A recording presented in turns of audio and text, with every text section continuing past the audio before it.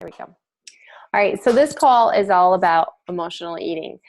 Before we really delve in, I would love to hear from either of you who are on any wins that you have this week, or even since you've started, any wins that you've had so far in your journey. And they can be little or big. I think it was last night. I don't know, like this week has been super stressful because we're trying to put an offer in on a post, and like just this night, and I was like, I kind of like screeched to my husband, like, I didn't expect to see this number. Like it was a lot less than like what I expected to see.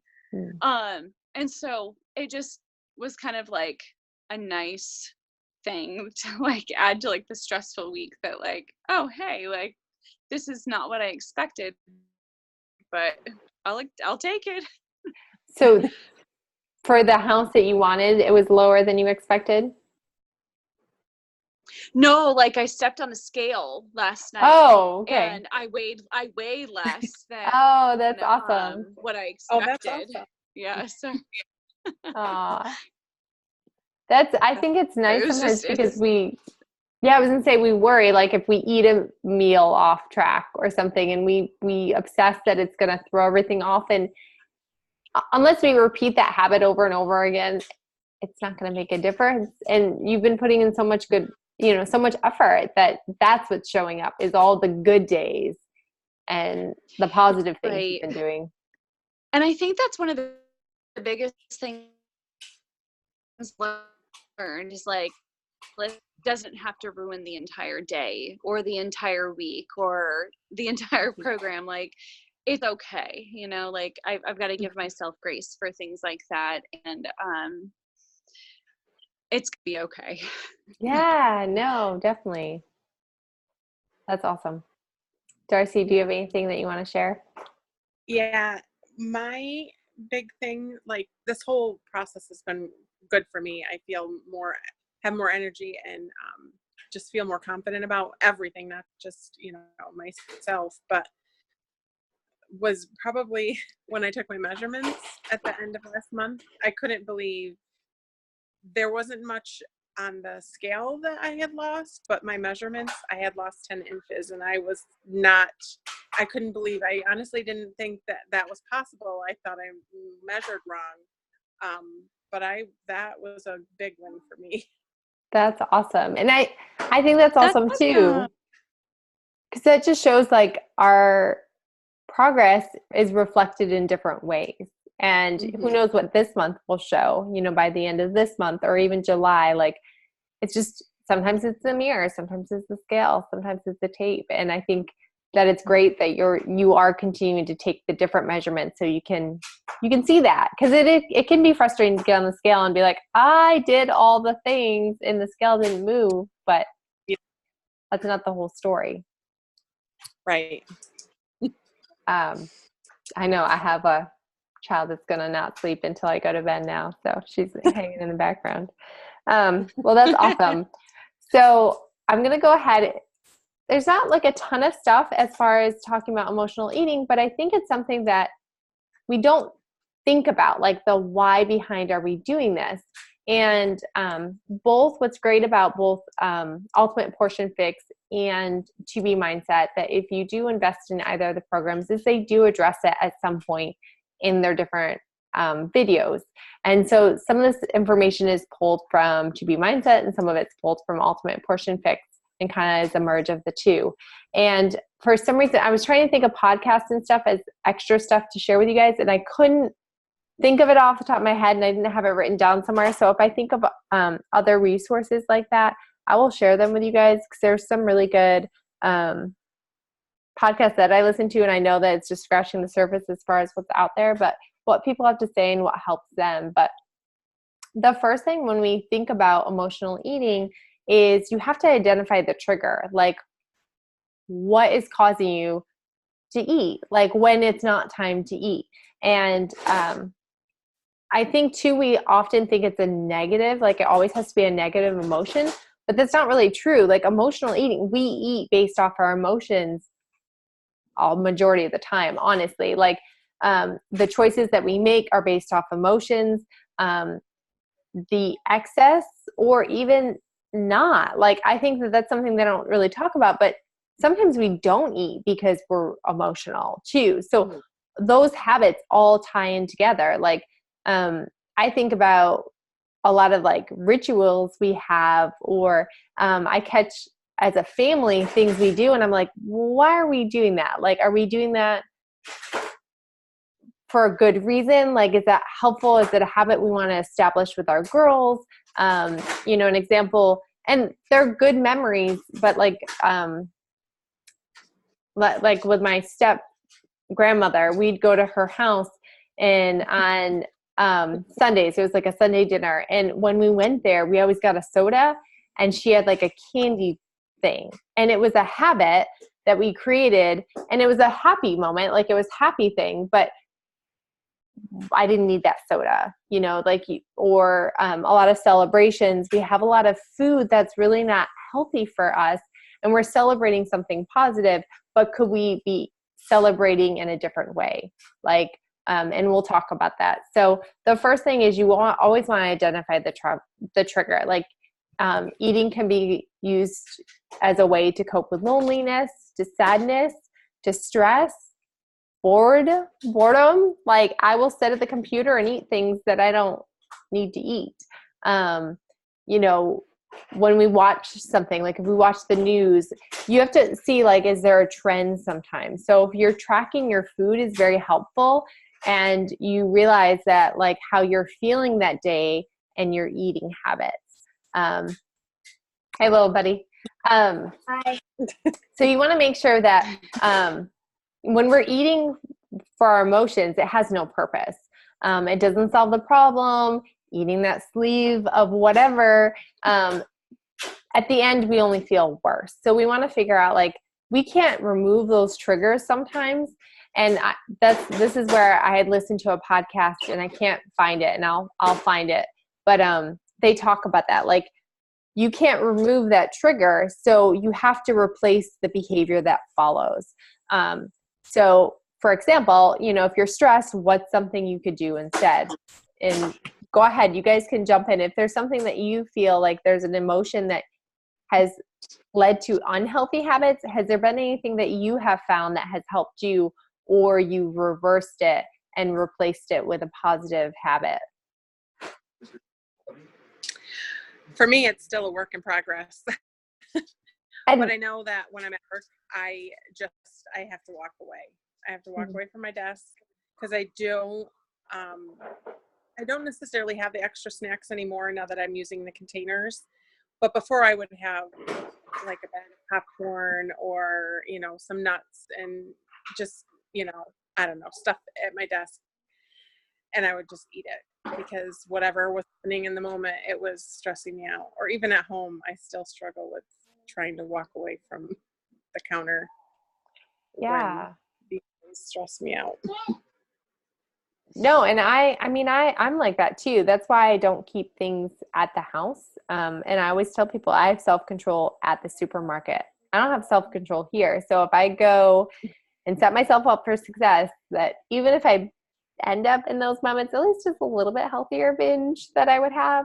But I think, you know, we'll talk about it in the sheet a little bit, but, you know, like exercise can be a great outlet for stress. Going for a walk, like Darcy talked about, walking away. You know, music for some people can be calming. Podcasts for me are sometimes a great de-stressor. They leave me energized, and I usually listen to something that is motivational. So it's like, okay, like get me on track with a positive mindset. You know, it could just be sitting outside. It could be, you know, I'll have to ask for a break sometimes from my husband, like not from him, but like ask him, like, I need a break. I need to go shower. Or I'll text him like, hey, I need you to tag in. I mean, he does when he gets home, but at least he knows that he's stepping into something a little bit crazier that night. So those are just things to keep in mind. some things that go along with 2B mindset that you can incorporate. And the scale is something that I think you have to know yourself and how to use it effectively. 2B mindset utilizes it daily, and I think it has really good reasons. Now, I don't like anyone to become obsessed with that number because it does fluctuate. Like, I have a good 5-pound variation at my maintenance level.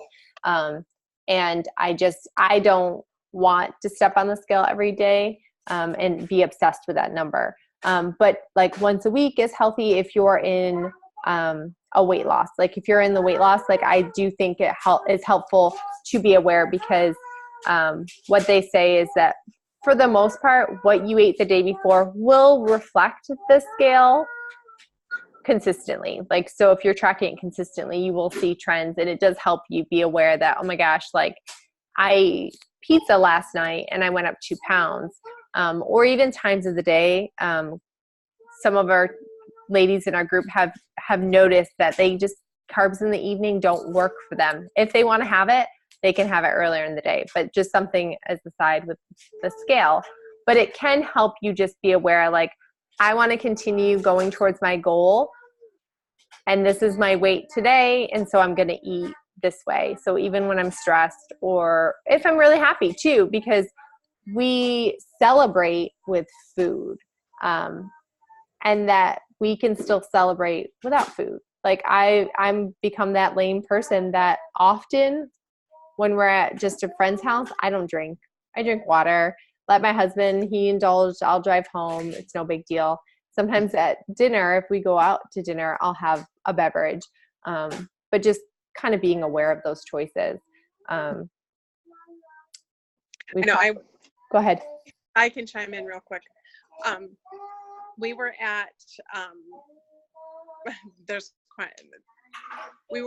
my son is in a reading program at school, and they had like an ice cream social to celebrate the end of the year, and that that's okay, like that, those are kind of common. But one thing that stuck out to me was the librarian from our community library came in and was talking about summer programs that they had, and she brought up not really a contest, but like when we were younger, we had that Book It program where we would read so many books and then we'd be able to go to Pizza Hut. I don't know if you guys remember that.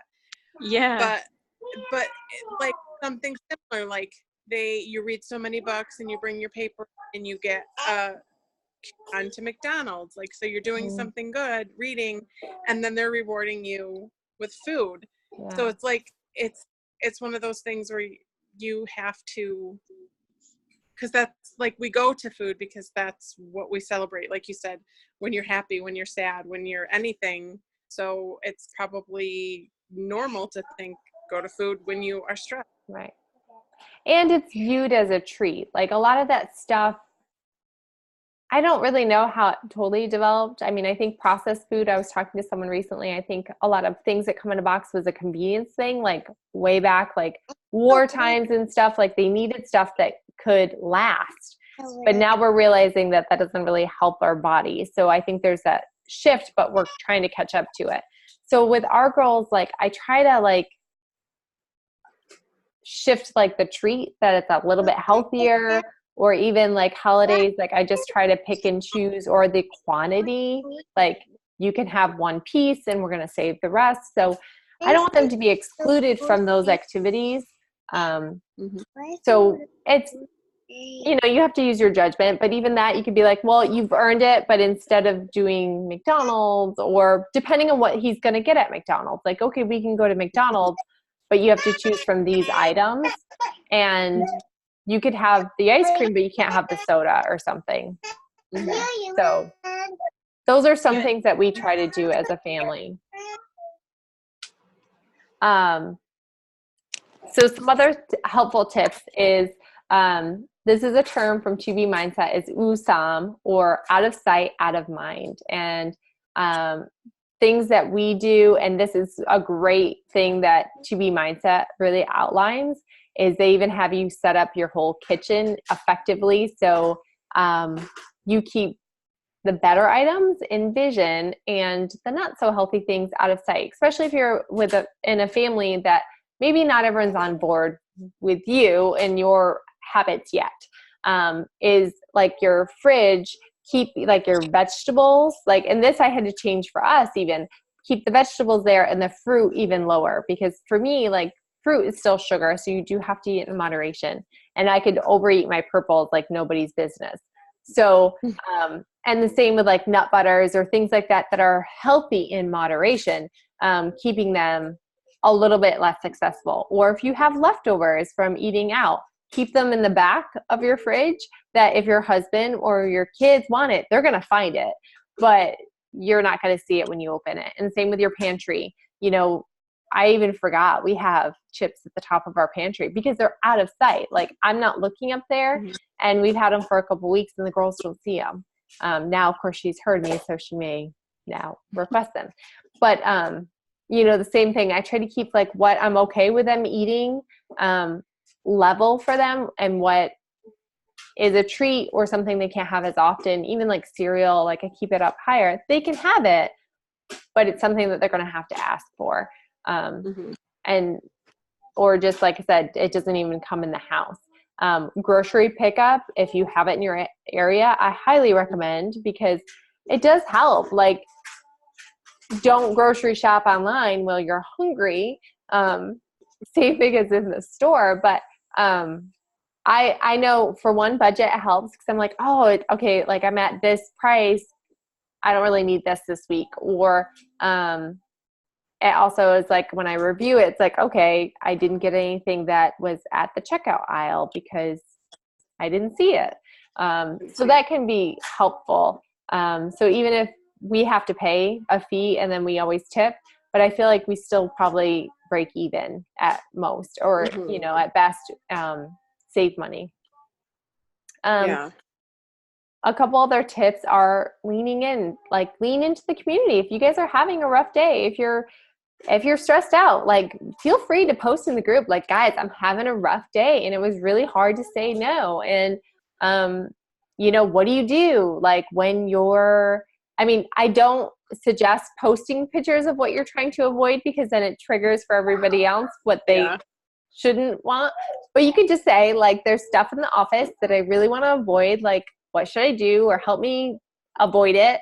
Help me stay strong. Because that's what we're there for. What works for some people is journaling. You know, it could be your food log or just an actual journal. I kind of have a few that I'm trying to figure out, like, what works for me. But it is helpful to notice, like, your mood and how it might be affecting your habits. You know, what happened that day, or people you saw. I heard that on a podcast and I didn't even really think about it, but that sometimes we talk to people that we like we enjoy and are good friends, and then we realize that either our mood is affected or even our eating habits afterwards. And that's just something that you have to just be aware of. It's not that you don't love that person or whatever, but just something to be conscious of, that it does affect us. We talked about this, finding an outlet for those emotional behaviors. Sometimes calling a friend. I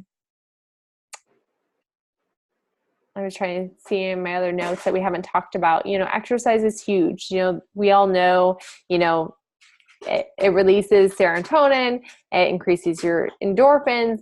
It just naturally makes you feel better and happier. And that's one thing why they do advocate for morning workouts, because then it sets your day up on a more positive note. So then hopefully the rest of the day continues that way. But even in the evenings, I like running for stress. I don't use it as my regular exercise, but it does help me when I have to work through something.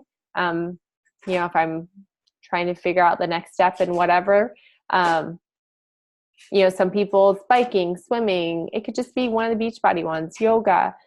Just kind of finding what works for you is helpful. So the couple different things that I shared with you guys is 2 different documents that are called If This Emotion, Then This Action. So we've talked about it. I don't know. So it's this one. I'll also probably share it in the group, but So an example, and if you have it, you can write it in, but when you're stressed, what are you going to do instead? If you're bored, what are you going to do? Like, what activities are going to, what do you like to do? If you're bored, what's something else you could do? In the evenings, I think are easy time, when you're finally sitting down. Because it's like the only time that you're break. Like, I know for me, like, typically there's no one else awake. So it's like, oh, wow, okay, I can just eat a meal without sharing or whatever. Stress for like anger, like when I'm upset, like I can mow down a bar like nobody's business. And I used to be good even with the ones that I buy now, but now I'm like, in the moment, if they're here, I will. So I just try not to keep them around too often. If we're afraid, to me, this like the anxiety, if I get anxious about something or nervous, what can you do? What's going to help you? Taking a shower, even taking a bath. I don't know if there's anything that you guys feel free to type in the chat or share when you're happy or celebrating. Autumn wrote on here, dance it out. Like our girls and I have been trying to use music. We go through periods of time where we really rely on, other times we don't. But that can totally get us out of funk. Sometimes when they're fighting is just turn on music and they just run around crazy. When you're lonely, that's what's great about our community. That's what it's there for. I know we've talked about it before, but if you guys ever, I kind of like it. I didn't know if I would like it, but my team does a live Zoom in the mornings from really as early as 4 a.m. Usually someone's on to about 9 a.m.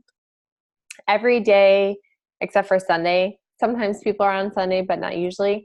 But we have a Zoom link like this. People are muted. Like sometimes they'll chat in the chat, but they don't, it's not talking. And it's just that accountability. Like, oh, I can see someone, I can go to the gym, but I don't really have to go to the gym. And like for me, honestly, like I hated the gym because I always felt like people are looking at me. It wasn't a positive environment for me really, where at home I feel like I can push myself. But there's some people doing morning routines. Like there's a lot of us that have a very specific like miracle morning routine we do. Some people are working out. Some people are like answering emails. So there's coaches and there's challengers. So that's always an outlet if you feel like you want that or need that in the mornings. If you're tired, what should you do? I highly recommend going to sleep, but we don't always have that option. Sometimes taking a nap though, like in the middle of the day, if I can sneak it in with the girls, or if James is home, I am definitely a tired eater. Like if I'm tired, I will eat as well. So anything that you guys want to chime in or anything you have? I think you pointed out some things to me that I just like hadn't really thought about yet. For me, like the afternoon is the worst time. It's like all the like stress that's like built up during the day, like before dinner's ready.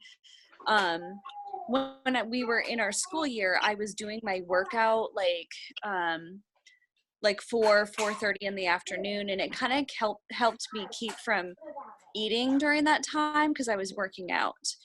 And then now I've switched to trying to get it in the morning. But anyway,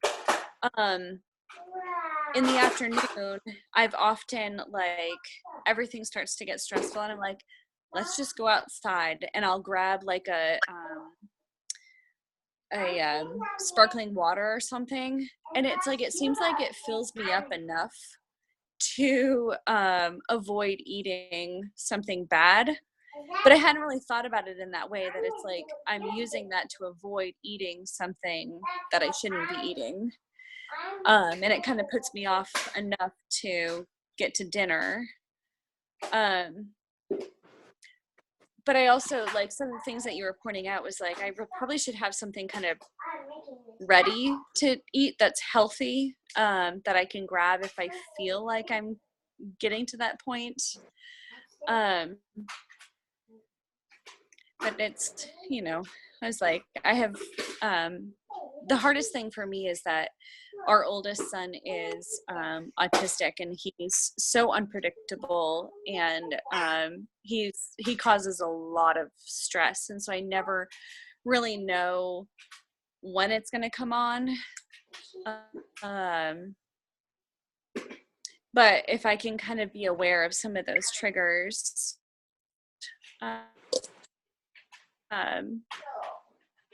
you just pointed out some things to me that I hadn't really thought through yet. So Yeah, that's but good. It's helpful. And that's awesome that you're already doing it. Like you may have not had like the words, so to speak, but you were already figuring it out, which I think is awesome. Whenever it's mine. Sorry, you're cutting out just a little bit. I know. I was going to say, I feel like it's my Wi-Fi tonight. No, but I think that's great. And I think, I think it's always learning. Like there's never like an end to this journey of health. Like new things will arise. Like you'll go through different seasons, like you said, even different parts of the year. Like I'm trying to figure out a good workout time because of the baby and how she is right now and my husband being gone. So, I'm trying to figure out things, and stress will shift and different stressors will affect us. And I love that, having a sparkling water is a great option in the meantime. And there's these containers that are, I think they're 2 cups that I got off Amazon. And they even have a little snap-in cooler, like a ice pack that goes with them, that are great, that I pre-portion vegetables or fruit to have throughout the week. Can you guys hear me still? Yeah, I can. Okay. Yeah. All right. So the other thing, and we're not going to go, this is kind of more something, and I think our time, I haven't gotten the alert, but we don't have too much time left. So the other thing is the food feelings deep dive. And that was the other sheet that I gave you guys. And it's to get a better understanding of, okay, so we have 10 minutes.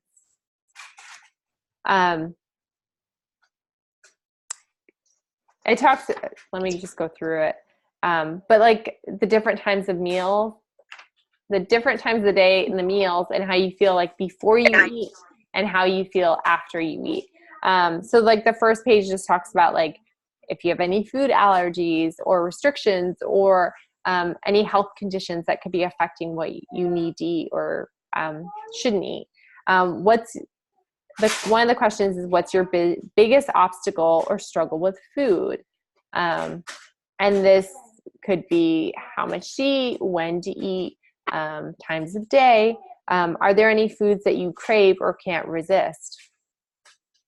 Do you guys notice there's specific foods that you have the hardest time with? Pizza. Yes, pizza. Like when my husband, like on a Friday night, like, let's get pizza. And I'm like, sure. And I think too, like, that's one, like a habit, like we've created a habit that Fridays are pizza. And that's super common. I feel like that's like, we had that growing up. But you could have a slice of pizza with like some vegetables on the side. We even do raw vegetables sometimes, depending on where we order from. They don't have great side options. So we'll just do some raw vegetables so they can still have it, but have something with it and some fresh fruit or something. So I think there's little tweaks too. Like we can still be a part of the meal with everybody else, but little tweaks. Or healthier food. Sometimes making your own pizza versus takeout pizza might be healthier. Mine's always going to be sugar. Sugar has always been my thing.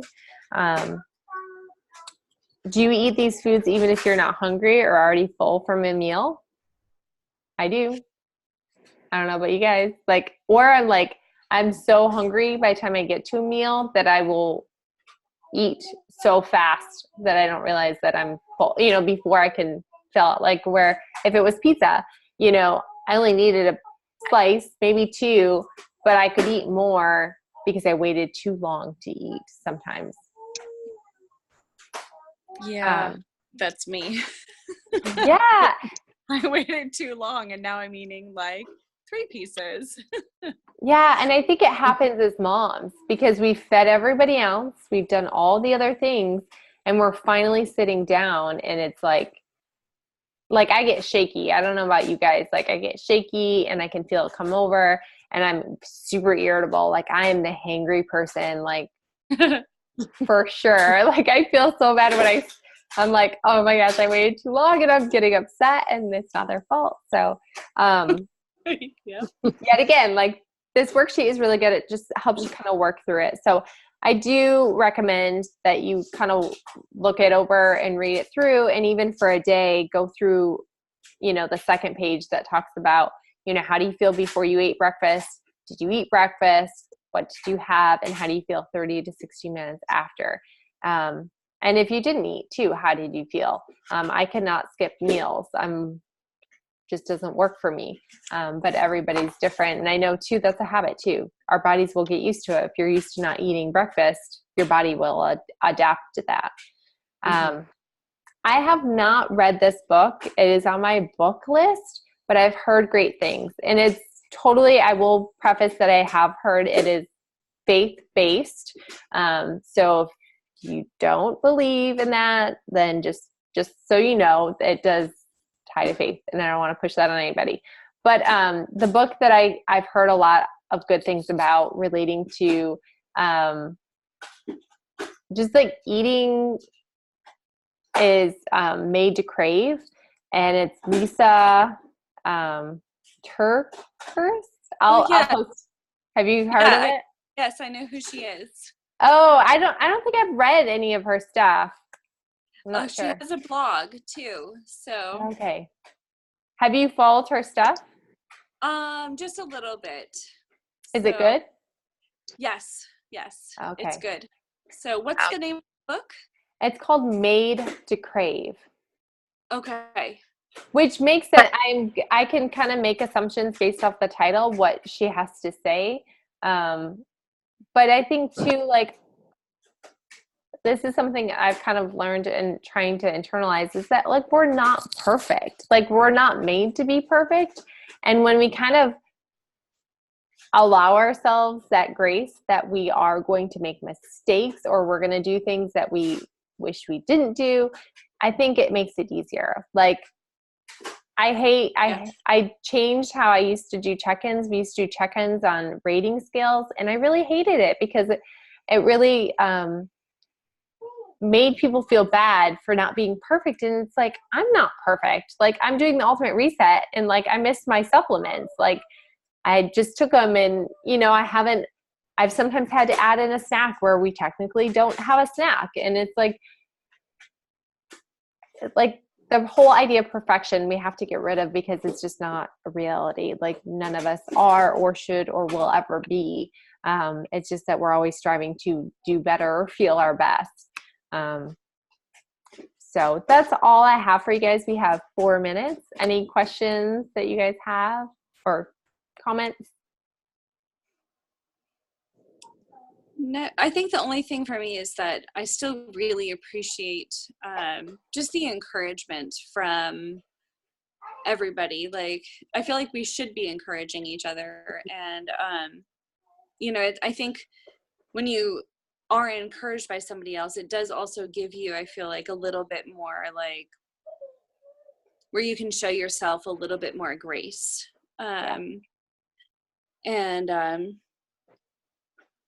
So anyway, I just really appreciate that part of it. I think that's one of the biggest things. When I started back in January and I just like fully committed to doing this, and my first thought was, I'm not going to tell anybody because what if I fail again? And so I went through months just doing it on my own. But then when I finally reached out to you and was like, hey, like, this is what I've been doing. Like, it really is, it's helpful to have the encouragement and accountability and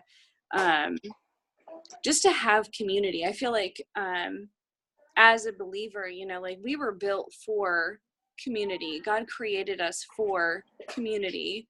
And so this isn't necessarily like a Christian community, but still like it is community, and that's what God created us for. And so I feel like this is certainly a company that I can get behind for that reason. And that it just really feels like a whole bunch of people encouraging each other. I love that, Sarah. And I feel the same way. Honestly, like I was one of those girls, I was in a group of friends growing up, but like I never felt connected and I never felt like free to be open. And I always felt like this battle of competition of who's this and who's that and who has what and does better. And that's not what we want in this. Like, and we're going to get cut off. But I'm so glad to hear that that's how you guys feel or you feel. So I'm going to say goodnight. Darcy, I'm going to text you so we can follow up. If there's any last minute things you have, definitely share them in the group, guys. Okay. All right. Thank Thank you. Good night. Bye. Good night. Good night.